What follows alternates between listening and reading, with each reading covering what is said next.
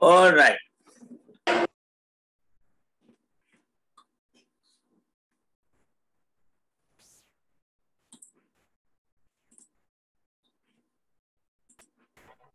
Good evening, sir. Good evening. Good evening. Good evening, sir. Good evening.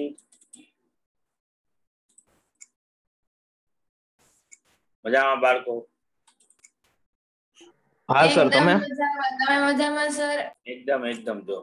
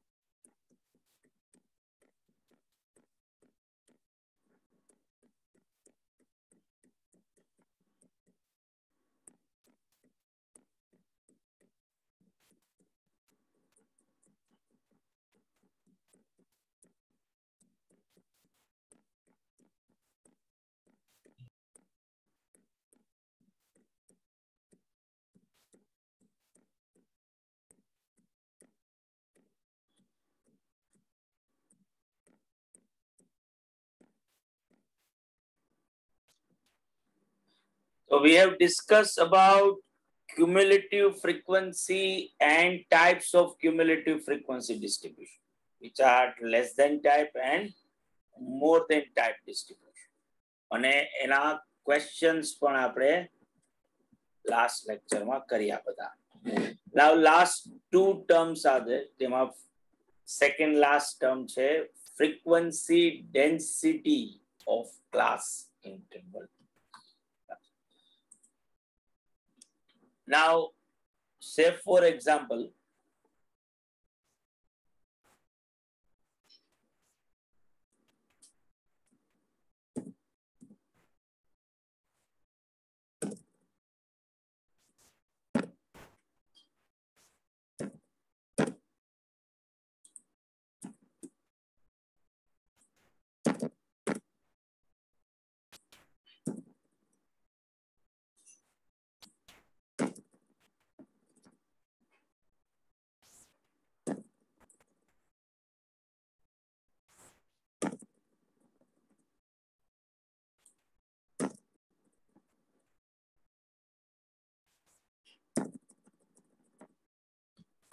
okay, so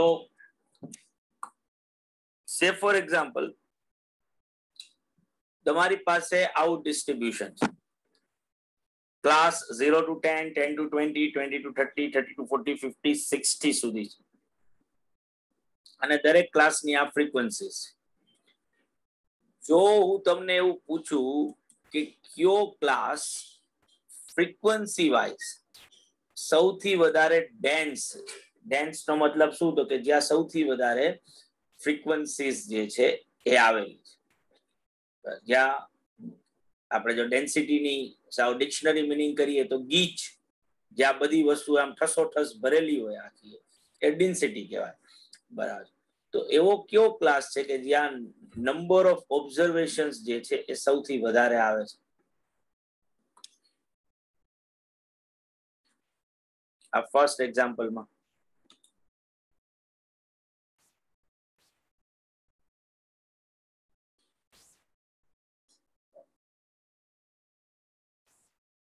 તો it's 30 to 40.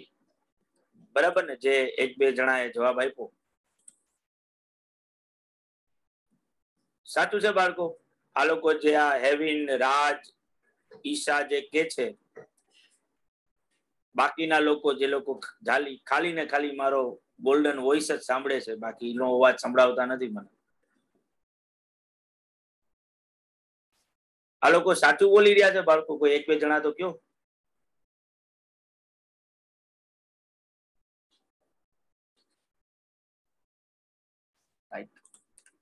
તો સાવ સાચું છે કે in terms of density wise સૌથી વધારે ડેન્સ ક્લાસ જો હોય આ એક્ઝામ્પલમાં તો એ છે 30 to 40 નો ક્લાસ. હવે એ જ વસ્તુ જો હું અહીંયા કહું તમને કે અહીંયા એવો ક્લાસ કયો છે કે જ્યાં ડેન્સિટી જે છે એ હાઈએસ્ટ એના ઓલા ઉપર છે, એવો ક્લાસ 20 થી 40. તો કે એવો ક્લાસ છે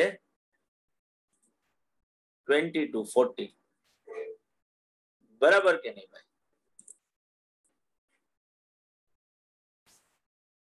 રાઈટ. તો ઓબ્વિયસલી આ આન્સર આપણો સાવ ખોટો પડે. એનું રીઝન છે કે જ્યારે ઇવન ક્લાસીસ હોય ને બાળકો, જેમ કે આ ફર્સ્ટ એક્ઝામ્પલમાં બધા ક્લાસીસ કેવા હતા? ઇવન હતા. દરેક ક્લાસની સાઇઝ કેવી હતી? 10 10 10 10 10 10. તો ત્યારે તમારે સિમ્પલી એટલું જ જોવાનું રહે કે કયા ક્લાસની ફ્રીક્વન્સી હાઈએસ્ટ છે, જે તમે બધાએ સ્પોટ કર્યું કે ઇટ ઇઝ 30 to 40. તો in terms of density wise frequency density સૌથી હાઈએસ્ટ જે હોય તો એ 30 to 40 ના ક્લાસમાં છે.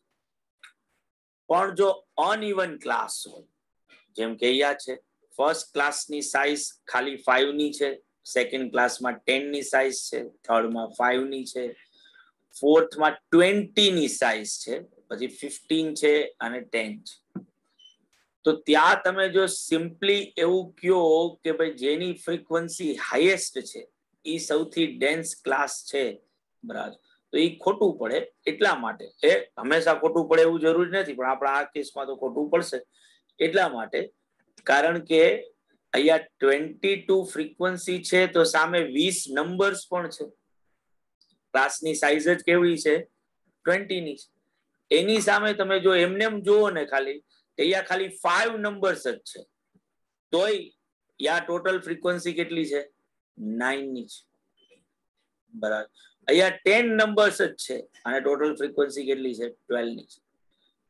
એટલે જો તમારે એ જોવું હોય કે કયો ક્લાસ સૌથી વધારે ફ્રીક્વન્સી વાળો છે, બરાબર, તો તમારે શું કરવું જોઈએ? તો કે તમારે જે તે ક્લાસની ફ્રીક્વન્સી ડેન્સિટી ફાઇન્ડ આઉટ કરવી. ફ્રીક્વન્સી ડેન્સિટી જે કઈ રીતે મળે? તો કે તમારે જે તે ક્લાસની ફ્રીક્વન્સી લેવાની અને એક ક્લાસના સાઈઝ થી એને ડિવાઈડ કરી દેવા. તો જો હું ઇવન ક્લાસની વાત કરતો હોઉં ને, જેમ કે આ છે, તો અહીંયા ડેન્સિટી ન ગોતું તો ચાલે, એટલા માટે કારણ કે બધા ક્લાસ ઇવન જ છે. તો જે આ હાઈએસ્ટ નંબર છે એ ફ્રીક્વન્સી ડેન્સિટી વાઇઝ પણ સૌથી ડેન્સ ક્લાસ હશે. પણ માનો કે જો અહીંયા હું ડેન્સિટી ફાઇન્ડ આઉટ કરું પણ ખરી, તો 2 ડિવાઇડેડ બાય 10 થાય. 2 ક્લાસની ફ્રીક્વન્સી અને સાઈઝ એની 10, તો 0.2 જે છે એ મને આનો આન્સર મળે. અહીંયા 5 ડિવાઇડેડ બાય 10 થાય, 0.5 થાય. અહીંયા 10 ડિવાઇડેડ બાય 10 થાય, 1 મળે. અહીંયા 15 ડિવાઇડેડ બાય 10 થાય, 1.5 થાય. અહીંયા 12 ડિવાઇડેડ બાય 10 થાય, 1.2 થાય. અને અહીંયા 8 ડિવાઇડેડ બાય 10 થાય, 0.8. તો જો સૌથી હાઈએસ્ટ ડેન્સિટી ક્યાં મળે છે? અહીંયા. જ્યાં ગણ્યું ન હોત તો પણ મને ખબર પડત જ કે આ જ ક્લાસ સૌથી વધારે ડેન્સ છે. આ ડેન્સિટી શું બતાવે છે? કે એવરી 1 નંબરે કેટલી ફ્રીક્વન્સી. જેમ કે આ ક્લાસમાં એવરી 1 નંબરે 0.2 જેટલી ફ્રીક્વન્સી છે. એટલે જો આ ક્લાસની સાઈઝ જો ખાલી 1 જ હોત તો ફ્રીક્વન્સી કેટલી હોત? 0.2 જેટલી. એ જ રીતે આ ક્લાસની સાઈઝ જો ખાલી 1 જ હોત તો ફ્રીક્વન્સી કેટલી હોત? 0.5 જેટલી. જ્યારે આ ક્લાસમાં જો ખાલી સાઈઝ એની 1 જ હોત તો ફ્રીક્વન્સી કેટલી આવત? 1.5. પણ જ્યારે અનઇવન ક્લાસ હોય ત્યારે આ સૌથી વધારે યુઝફુલ થાય.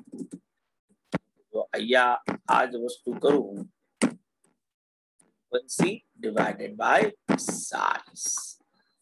તો ફર્સ્ટ ક્લાસની ડેન્સિટી શું થશે?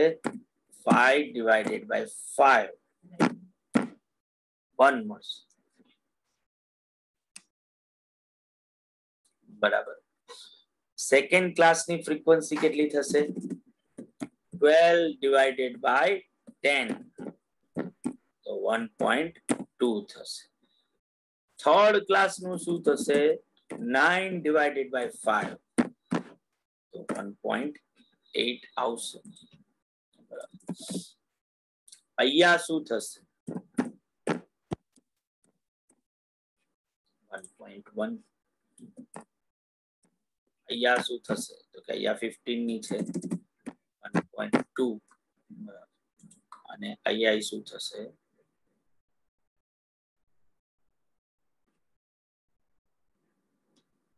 12 divided by 10. તો જુઓ હવે હાઈએસ્ટ ફ્રીક્વન્સી ડેન્સિટી આ ક્લાસની નથી કે જેની ફ્રીક્વન્સી હાઈએસ્ટ હતી. હાઈએસ્ટ ફ્રીક્વન્સી ડેન્સિટી અહીંયા છે, જ્યાં એવરી 1 યુનિટે કેટલી ફ્રીક્વન્સી આવે છે? 1.8 ની આવે છે. ફ્રીક્વન્સી ડેન્સિટીનો યુઝ તમે ક્યાં કરી શકો? તો કે જ્યારે તમારે ફ્રીક્વન્સી ડિસ્ટ્રીબ્યુશન નું ગ્રાફિકલ રિપ્રેઝન્ટેશન કરવું હોય, બરાબર છે, કે જે આગળ આપણે હમણાં શીખીશું, હિસ્ટોગ્રામ અથવા તો એરિયા ડાયાગ્રામ જો તમારે બનાવવો હોય અને જો તમારી પાસે અનઇવન ક્લાસીસ હોય તો ઓબ્વિયસલી તમે એ ક્લાસીસ ને ઇવન માં કન્વર્ટ કરી શકો છો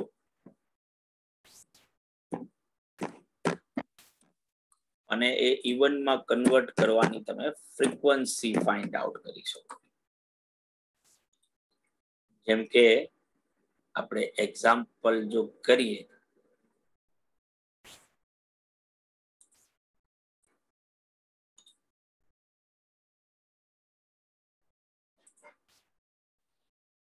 અને આની ફ્રીક્વન્સી છે સે ફોર એક્ઝામ્પલ 5 ની, અહીંયા છે 16, અહીંયા છે 8, અહીંયા છે 24. તો આ અનઇવન ક્લાસ છે બાળકો. અનઇવન ક્લાસ થી મને કેમ ખબર પડે ભાઈ? તો કે હું જ્યારે જોઉં છું કે આ ક્લાસની સાઈઝ ખાલી 5 જ છે, બરાબર, રાઈટ, જ્યારે સેકન્ડ ક્લાસની સાઈઝ 10 છે, થર્ડ ક્લાસની સાઈઝ 5 છે અને ફોર્થ ક્લાસની સાઈઝ 10 છે. હવે જો મારે આ ક્લાસને ઇવન કરવા હોય, એટલે કે જો મારે દરેક ક્લાસને 5 ની સાઈઝ ના કરી નાખવા હોય તો 0 to 5, 5 to 10, 15, 15 to 20, 20 to 25 અને 25 to 30. તો આની ફ્રીક્વન્સી શું હોય? હવે જો આવી રીતે મારે કરવું હોય તો ફર્સ્ટ ક્લાસમાં પ્રોબ્લેમ નથી, કારણ કે 0 to 5 વાળો છે, તો અહીંયા એ 5 જ આવે. પણ 5 to 10 ની ફ્રીક્વન્સી કેટલી? એ તો મારી પાસે છે નહીં, કારણ કે મારી પાસે તો ક્લાસ 5 to 15 નો છે. એટલે મારે શું કરવું જોઈએ? તો કે મારે ફ્રીક્વન્સી ડેન્સિટી ફાઇન્ડ આઉટ કરી લેવી જોઈએ દરેક ક્લાસની. અને કઈ રીતે મળે? તો કે ફ્રીક્વન્સી ડિવાઇડેડ બાય સાઇઝ. તો આજે ફર્સ્ટ ક્લાસની ફ્રીક્વન્સી ડેન્સિટી શું થાય? 5 divided by 5, 1. સેકન્ડ ક્લાસની શું થાય? 16 divided by 10, 1.6. થર્ડ ક્લાસની શું થાય? 8 divided by 5, 1.6. અને ફોર્થ ક્લાસની શું થાય? 4 divided by 10, 2.4. એવરી 1 યુનિટ એટલી ફ્રીક્વન્સી થાય. તો આમાં તો 5 યુનિટ છે, તો 5 into 1 કરું તો 5 ના 5 જ આવશે. અહીંયા હવે 5 યુનિટ્સ જ, તો એવરી 1 યુનિટે 5 થી 15 ના ક્લાસની ફ્રીક્વન્સી કેટલી છે? 1.6. તો 5 ના કેટલા થાય? તો કે 5 ના થાય 8. એ જ રીતે 10 to 15 ની એ શું આવે? તો કે એ આ ક્લાસને જ બિલોંગ કરે છે, એટલે એની ફ્રીક્વન્સી થઈ જાય 8. આ 8 કઈ રીતે ગોઈતા બેઝિકલી? તો કે 5 into એની ફ્રીક્વન્સી ડેન્સિટી કહે છે. એવું જ અહીંયા પણ કર્યું છે. એટલે જે ટોટલ 16 ફ્રીક્વન્સી હતી ને એને મેં શું કર્યું? તો કે એના મેં પાર્ટ્સ પાડી દીધા અને બેમાં કેટલા થઈ ગયા? 8 થઈ ગયા. 15 to 20 ની તો આપી જ હતી, 8 જ છે. પણ હવે આ ક્લાસનું બ્રેકઅપ કરવું પડે. જે 20 to 30 છે એને 20 to 25 અને 25 to 30 માં કન્વર્ટ કરવું પડે. તો 1 યુનિટ એ 2.4, તો 5 એ કેટલા? તો કે 5 એ 12 થાય. બરાબર, જે કઈ રીતે મને મળ્યા? તો કે 2.4 into 5,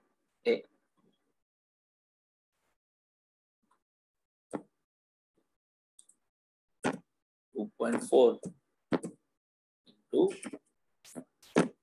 અને અહીંયા આપણે સેમ વસ્તુ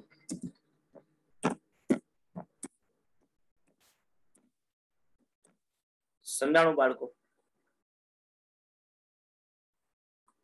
યસ સર, પણ સર એક નાનકડી ભૂલ છે. મારી ભૂલ પડી?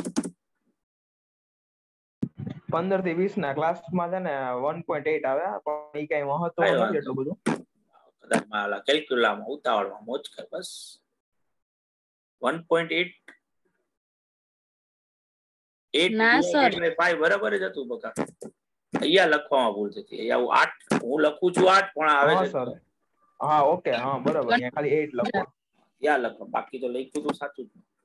ના રેડી રેડી માં 6 ની જગ્યાએ 8 હતું બરાબર ને બાપ? બધાને ક્લિયર ભાઈ આ વસ્તુ? યસ સર આના ઉપરથી આપણે હિસ્ટોગ્રામ જે છે એ બનાવી શકીશું, જે આગળ આપણે હમણાં સમજવાનું થશે. પણ તમારે થિયોરીમાં બાળકોએ યાદ રાખવું પડે કે તમને ફ્રીક્વન્સી ડેન્સિટી નું ઇક્વેશન પૂછી શકાય કે ભાઈ ઇક્વેશન કે ભાઈ frequency density is equal to what, તો તમને ખબર હોવી જોઈએ કે frequency density is equal to frequency of class divided by size of class. જેમ કે અહીંયા જો કર્યું છે કે આ 10 નો ક્લાસ છે, એની ફ્રીક્વન્સી 2 છે, તો ફ્રીક્વન્સી ડેન્સિટી 0.2 આવ્યું. આ ની ક્લાસની સાઇઝ 5 છે અને ફ્રીક્વન્સી 7 છે, તો ઓબ્વિયસલી 7 ડિવાઇડેડ બાય 5 કર્યું એટલે 1.4 આવ્યું.